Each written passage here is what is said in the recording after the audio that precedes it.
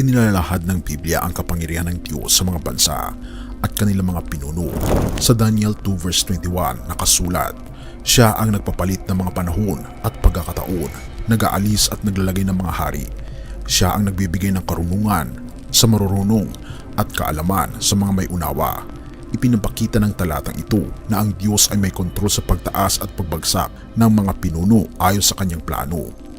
Gayon din sa Kawikaan 21 verse 1 sinasabi, ang puso ng hari ay parang batis ng tubig sa kamay ng Panginoon.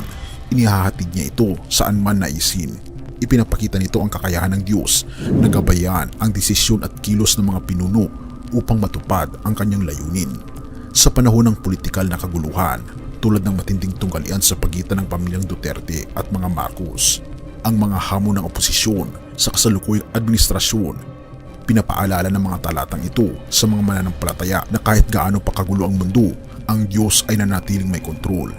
Tinuturuan tayo ng mga talatang ito na magtiwala sa kapangyarihan ng Diyos. Alam na kaya niyang gabayan ang mga pinuno at bansa ayon sa kanyang kalooban. Ang pagtitiwalang ito ay nagbibigay ng kapayapaan at katiyakan sa gitna ng kawalan ng katiyakan sa politika.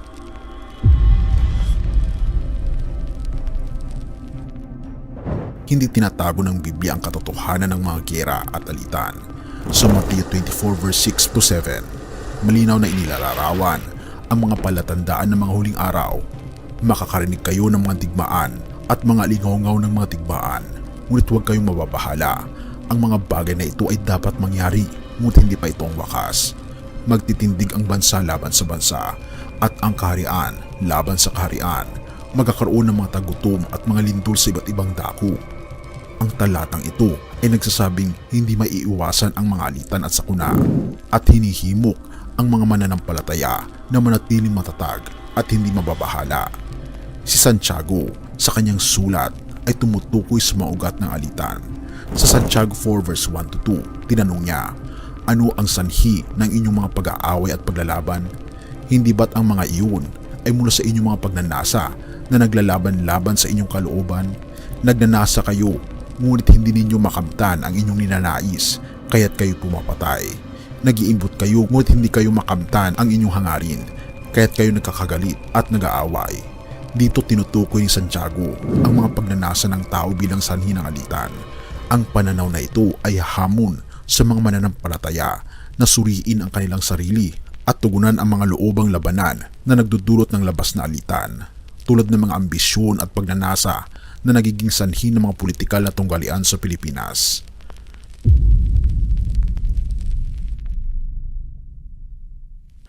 Sa gitna ng kaguluhang giyera ng politika, patuloy na tinatawag ng Biblia ang mga mananampalataya na maging mga tagapamayapa.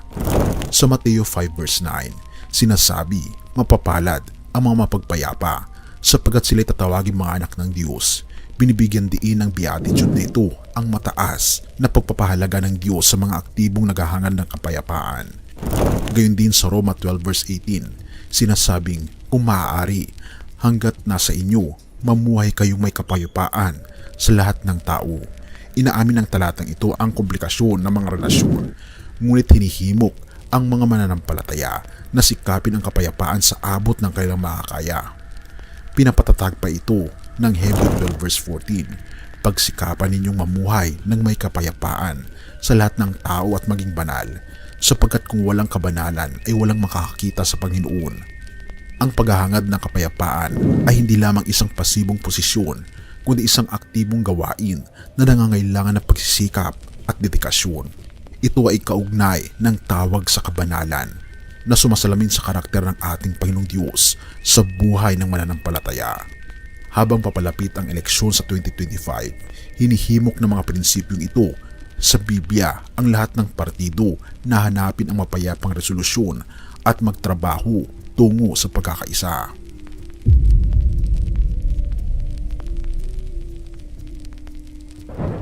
Ang pananaw ng Biblia tungkol sa isang makatarungang mundo ay lubhang kaiba sa mga kawalang katarungan na madalas makita sa mga politikal na alitan.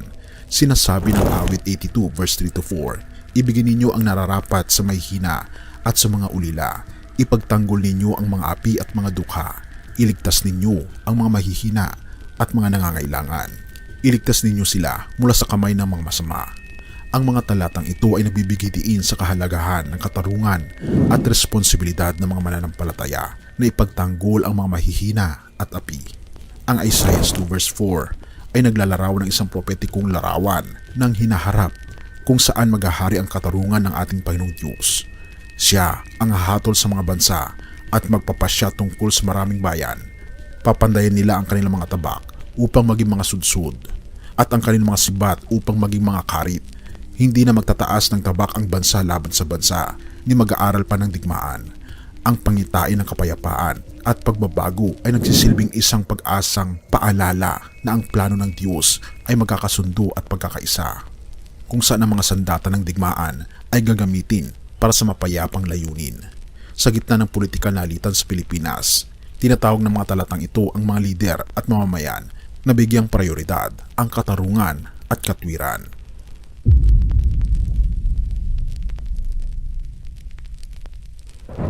Sa harap ng mga giyera at alitang politikal, hinihimok ng Biblia ang mga mananampalataya na magtiwala sa plano ng ating Panginoong Diyos.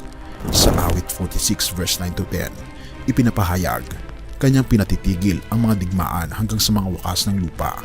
Kanyang binabali ang busog at sinisira ang sibat. Kanyang sinusunog ang mga kalasag sa apoy. Kayo'y magsitigil at kilalanin ninyo na ako'y Diyos. Ako'y mabubunyi sa mga bansa. Ako'y mabubunyi sa lupa. Ang mga talatang ito ay nagpapatunay sa kapangyarihan ng Diyos na tapusin ang mga digmaan at tumatawag sa mga mananampalataya na magpahinga at magtiwala sa kanyang kapangyarihan. Nagbibigay din ang ating Panginoong Hesus ng pangakong nagbibigay ng kapayapaan sa 1:16 verse 33. Sinasabi ko sa inyo ang mga bagay na ito upang sa akin kayo magkaroon ng kapayapaan.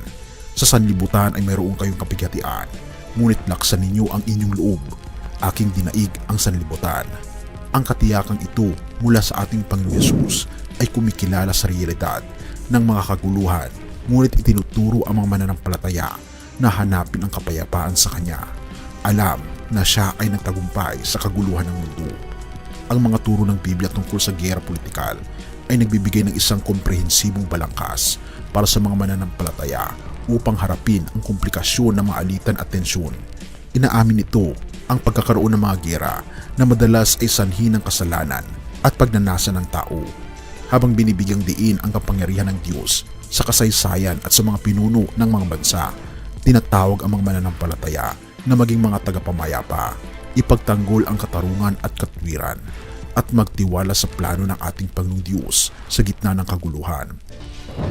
Sa kabila ng matinding tensyon, mahalaga ang pagtuturo ng Biblia na maging mapagpayapa. Ang pagiging tagapamayapa ay hindi nangangahulugan ng pag-iwas sa katotohanan o pagkompromiso sa prinsipyo. Sa halip, ito ay isang tawag sa mas mataas na paraan ng pagkikitungo. Isang paraan na nagtuturo ng pagkakaunawaan, respeto at pagmamahal. Sa isang bansang nahati ng politika, ang mga Kristiyano ay tinatawag na maging ilaw at asin, nagpapakita ng halimbawa ng mapayapang pagkikitungo kahit sa gitna ng mga pagkakaiba. Ang katarungan ay isa ring mahalagang aspeto ng politika ayon sa Biblia. Ang mga lider ay tinatawag na maging makatarungan at maglingkod sa kabutihan ng tao, lalo na ang mga mahihina at inaapi. Maaring maramdaman ng marami ang takot at pag-aalala patungkol sa hinaharap ng bansa. Ngunit ang Biblia ay patuloy na nagpapaalala sa atin na magtiwala tayo sa plano ng ating Panginoong Diyos sa bawat pag-ikot ng balota, sa bawat kampanya at debate. Ang mga mananampalataya ay maaring manalangin at magtiwala na ang Diyos ang may kontrol ng lahat. Ang pananampalatayang ito ay nagbibigay ng kapayapaan na hindi kayang ibigay ng mundo. Nawa'y magsilbing gabay ang mga prinsipyo ng Biblia sa bawat isa sa atin, nagtuturo ng tamang landas tungo sa isang makatarungan at mapayapang lipunan. Purihin ang ating Panginoong Diyos at salamat kaibigan sa iyong panonood. Tayo manalangin.